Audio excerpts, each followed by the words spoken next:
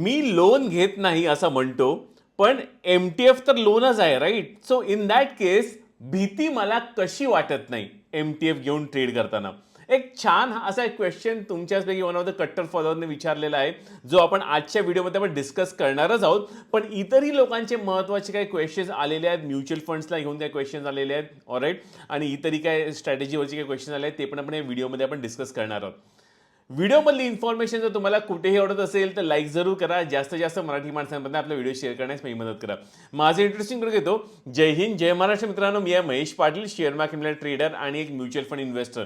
जर तुम्हाला share market माझ्याकडे शिकायचं पण टोटली फ्रीमध्ये व्हिडिओच्या डिस्क्रिप्शनमध्ये हे लिंक दिलेलं आहे. या लिंकवर क्लिक करून तुमचं नाव, मोबाईल नंबर, ईमेल ॲड्रेस या तिन्ही गोष्टी मला व्हॉट्सॲपला पाठवा.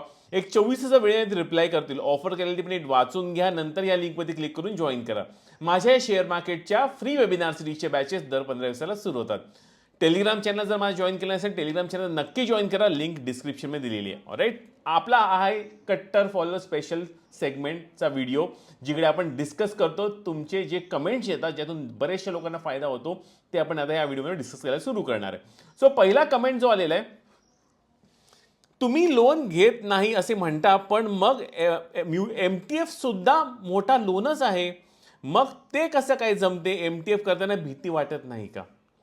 बघा, लोकांना ना ट्रेडिंग करताना भीती वाटलीच पाहिजे, कारण तिकडे पैसा लागतो. पण at some point of time ती भीती कमी करायची प्रक्रिया जर तुम्हाला कळली तर भीती वाटणं बंद होतं.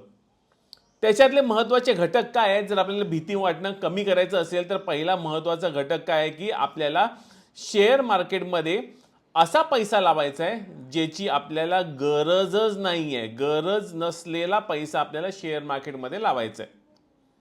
गरज म्हणजे येणारे 5, 10, 15, 20 वर्ष जो मला पैसा लागणारच नाहीये, तोच मी मार्केटमध्ये लावेन. मग भीतीच संपते ना, कारण मला काय उद्या पैसा नकोय, परवा पैसा नकोय, 5 वर्षांनी पण पैसा नकोय. सो एक टाइम फ्रेम डोक्यामध्ये ठेवा की मला हा पैसा येणारे 3 ते 5 वर्षी तरी नकोय. मग भीती पहिली स्टेपमध्ये कमी होऊन जाते. सेकंड स्टेपमध्ये जेव्हा आपण ट्रेड करतो तेव्हा आपण एक आपल्या सायकोलॉजिकली जर आपण एका फिक्स कॅपिटलनी काम केलं की मी बाबा 5 लाखांनी सुरुवात करणार, आयुष्यावर 5 लाखांनीच करणार, तर नक्की परत भीती निर्माण होते. पण या फिक्स कॅपिटल बरोबर दर महिन्याला काहीतरी आपण सिप पण ऍड करायला सुरू केली आपल्या ट्रेडिंग अकाउंटमध्ये, तर अगेन आपल्या भीतीचा जो ग्राफ आहे तो अजून कमी व्हायला लागतो. कारण आपली थॉट प्रोसेस कशी होते की चला 5 लाख रुपये लागलेले आहेत, पण येणाऱ्या एका वर्षामध्ये मी अजून 50-50 करून अजून 5 लाख रुपये एनिवेज मार्केटमध्ये आणणार आहे. सो प्रत्येक फॉलमध्ये एक चांगल्या क्वालिटीचा स्टॉक तर मी डोळे बंद करून एव्हरेज करूच शकतो, राईट? सो त्यामुळे फिक्स प्लस सिप कॅपिटलने आपण काम करायला सुरू केलं तर अजून भीती कमी होते. नाव कमिंग, हे तर जनरली सगळ्यांच्या स्पेसिफिक सांगतोय. नाव महत्वाचं म्हणजे जेव्हा आपण MTF किंवा असे काही लेव्हरेज ट्रेडिंग करतो, जिकडे आपण लोन घेऊन काम करतो, तेव्हा ट्रेडिशनल लोन आणि ही गोष्ट वेगळी आहे. कारण ट्रेडिशनल लोन जसं घर, ओके, जसं गाडी, हे आपण घेतो किती, 100 रुपयाचं लोन घेतो, ऑलराईट. त्यामधले फक्त आपले डाऊन पेमेंट असते 20 रुपये, म्हणजे टोटल 80 रुपयाचं आपलं लोन असतं. पण समजा काय आपला काही कारणामुळे समजा आपले इन्कम सोर्स कमी झाला, काही कारणामुळे आपल्याला आपलं समजा काही प्रॉब्लेममध्ये आलो, राईट, तर तेव्हा आपण ते घर विकणार का? नाही, राईट. कारण सोशल स्टिग्मा असतो, बरेच प्रेशर असतात, अरे यार घर घेतलं एवढं चांगलेपणे आणि ते घर विकायला लागला, असं नाही होत ना.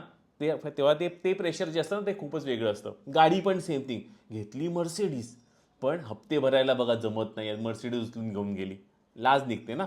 सो त्यामुळे तशा टाईपचे लोन्स जे पब्लिक डोमेनमध्ये आहेत, पब्लिकली विजिबल आहेत, ते जर त्याच्यावरती समजा कोणी आपल्याला ते पेमेंट करता नाही आलं तर आपले स्टेटस सगळ्यांच्या समाजामध्ये पडेल, ह्याचं टेन्शन आपल्याला घ्यायला बरेच लोकांना जमत नाही, त्यातलं इन्क्लुडिंग मी आहे. मलाही त्यामुळे मी घेत नाही, कारण मला समजा मी काय घ्यायचं असेल तर कॅशमध्येच घेतो, नाहीतर मला हेडेक नको आहे की बाबा. आणि प्लस इन दिस केस वसुली बाय, हप्ता वसुली बाय पण घरी येऊन थांबणार, बँकाची माणसं येऊन घरी येऊन थांबणार, ओके, वसुलीवाले येऊन घरी येऊन थांबणार, वरती कोर्टाचे लिगल लिटिगेशन आणि वेगळे. पण ऑन अदर हँड MTF हे टोटली वेगळे आहे. MTF मध्ये काय, ब्रोकर पैसा देतोय, पण ब्रोकरचा पैसा, समजा ब्रोकरला कळत आहे की तुम्हाला मार्जिन मीट करता येत नाही, कारण ही मार्जिन डेली बेसिसवरती कॅल्क्युलेट केली जाते, M2M मार्जिन, आणि ती दररोज कट होते, ॲड होते, कट होते, ॲड होते. जसं ब्रोकरला कळतं की आता शेअर पडतोय, तुम्ही MTFचा शेअर घेऊन बसले, तुम्हाला पहिलं वॉर्निंग बजावणार की 3 दिवसात 2 दिवसात काय ते तुम्ही पैसे भरा, आणि जर तुम्ही नाही भरले तर ब्रोकर तुमचं न विचार तुमचं ॲसेट म्हणजे ऑफकोर्स वॉर्निंग देऊन सेल आउट करून टाकणार मार्केटमध्ये. सो इन दिस केस ह्या लोनमध्ये बाय डिफॉल्ट एक काय म्हणतात आहे इनबिल्ड मेकॅनिझम बिल्ट आहे की जिकडे एका मार्जिन जर मला मेंटेन नाही करता आली तर एनिवेज ते सौदा ऑटोमॅटिकली स्क्वेअर ऑफ होईल. पण घराचं तसं नसतं, गाडीचं तसं नसतं. आणि परत हा सौदा मी माझ्यापर्यंत ठेवला आहे, मला जगाला सांगायची गरज नाही आहे. सो ते एक स्टिग्मा नसतो आणि आपल्याला वाटतं की अरे प्रेशरमध्ये आहे, वाटतंय मार्केट डाऊन जाईल, भले मी लॉसमध्ये आहे तरी स्क्वेअर ऑफ करून मी बाहेर मार्केटच्या बाहेर आरामात कधीही पडू शकतो. सो त्यामुळे ट्रेडिशनल लोनला कम्पेअर्ड MTFला आपण करू शकत नाही किंवा स्टॉक मार्केटचे लोन्सला काही करू शकत नाही, कारण ते कसं आहे की बाय डिफॉल्ट त्याच्यामध्ये हेजिंग असते आणि बाय डिफॉल्ट ती मार्जिन जर मीट नाही केली ब्रोकर लगेच सौदा स्क्वेअर ऑफ करतो. म्हणून मला वन ऑफ द रिझन आहे, मला भीती वाटत नाही आणि मार्जिन ट्रेडिंग करायला आवडते. आणि एनिवेज मार्जिन ट्रेडिंग करताना पण परत 20 स्टॉक्स किमान तरी पोर्टफोलिओमध्ये असले पाहिजे त्या मार्जिन ट्रेडिंगमध्ये घेऊन. एका स्टॉकवरती 2 स्टॉक 3 स्टॉक घेऊन मार्जिन ट्रेडिंग केली परत मार्जिन कॉल येण्याचे चान्सेस आहे.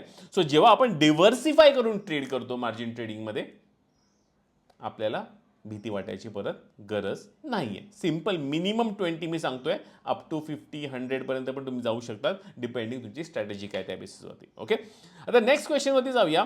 योगेशीचा क्वेश्चन, सर माझ्याकडे 40 लाखाचे स्टॉक्स आहेत आणि मी आता लँड घ्यायचं प्लॅनिंग करतोय, सो मला त्यासाठी 20 लाख हवे आहेत, सो मी काय करायला हवे? जर मी स्टॉक्सचे अगेन्स्ट लोन घेतला तर एंजल वन देईल का मला, एक्सेट्रा एक्सेट्रा. आता बघा, लोन अगेन्स्ट सिक्युरिटीज बरेचसे इन्स्टिट्यूशन देतात, पण जर तुमचं 40 लाखाचे स्टॉक्स आहे तर तुम्हाला 40 लाखाच्या वरती 45% म्हणजे अप्रॉक्सिमेटली 17-18 लाखाचं लोन मिळेल.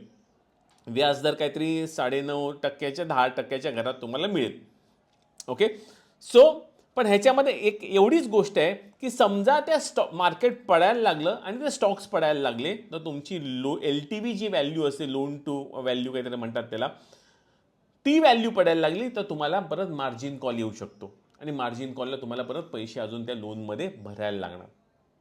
सो ते कॅल्क्युलेशन करून चला जेव्हा स्पेसिफिकली तुम्ही लोन अगेन्स्ट म्युच्युअल फंड घेतात. सो पण लोन अगेन्स्ट म्युच्युअल फंड पण एक चांगली गोष्ट आहे, पण लिमिटमध्ये. मी काय म्हणेन, लेट्स से आपला 10 लाखाचा पोर्टफोलिओ आहे, 10 लाखाच्या पोर्टफोलिओचा पूर्णच्या पूर्ण 10 लाख प्लेज नाही करायचं.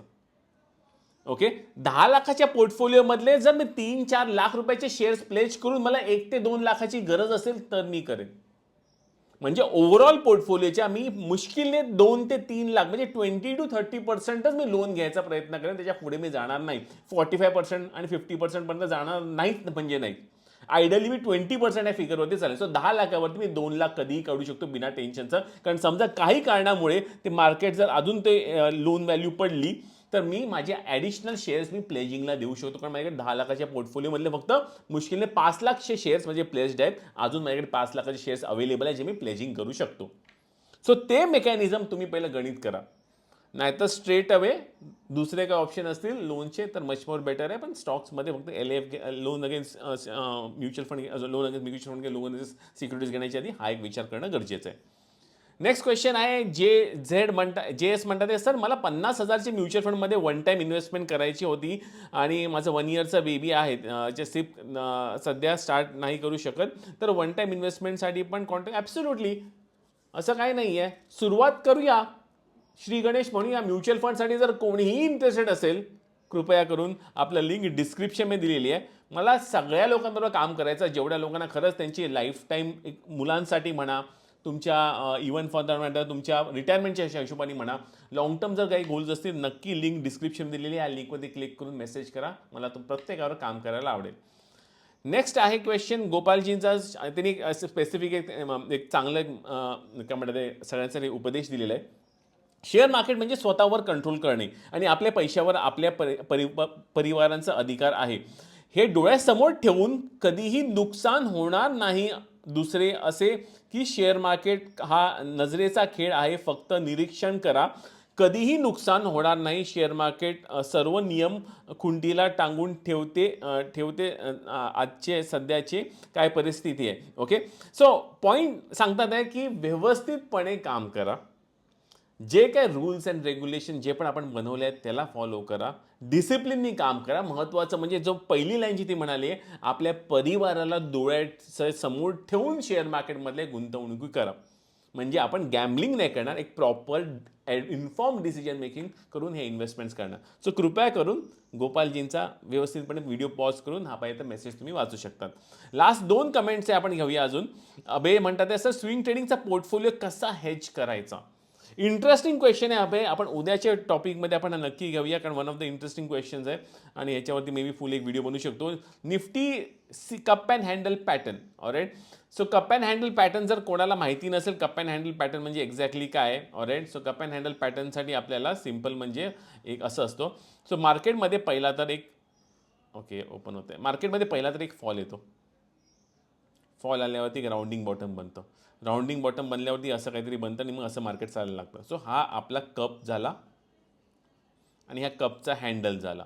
ट्रेड कधी करायचा, जेव्हा ह्या हँडलमधनं चॅनल पट्टीचा ब्रेकआउट येतो तेव्हा करायचा. ऑलराईट, त्याचंच इन्व्हर्स कप अँड हँडल पण असतो. असा राउंडिंग टॉप बनतो, राउंडिंग टॉप नंतर असा पुलबॅक येतो, पुलबॅक नंतर जेव्हा इकडे ब्रेकडाऊन सुरू होतो परत इकडे ते शॉर्टिंगची पोझिशन्स क्रिएट करायचा. ओके, हा कप अँड हँडल. ऑलराईट, आणि हा inverse cup and handle. So हा लॉंग जाण्यासाठी लोक करतात, म्हणजे राउंडिंग बॉटम पण झाला, करेक्शन पण आली आणि ब्रेकआउट पण इकडे सुरू झालं. ओके, सो मित्रांनो असेच तुमचे क्वेश्चन येत राहून दे. उद्याच्या व्हिडिओमध्ये पण आजचे जे पण तुम्ही कमेंट्स कराल, ऑलराईट, ते पण मी येणाऱ्या व्हिडिओमध्ये मी घ्यायचा प्रयत्न करेनच. ऑलराईट मित्रांनो, मी आहे महेश पाटील. आवडला असेल व्हिडिओ, नक्की व्हिडिओला लाईक तर जरूर करा. प्रत्येक मराठी माणसाने शेअर मार्केट शिकावं, लिंक डिस्क्रिप्शन दिली आहे, नक्की क्लिक करून जॉईन करा. मी आहे महेश पाटील. जय हिंद, जय महाराष्ट्र.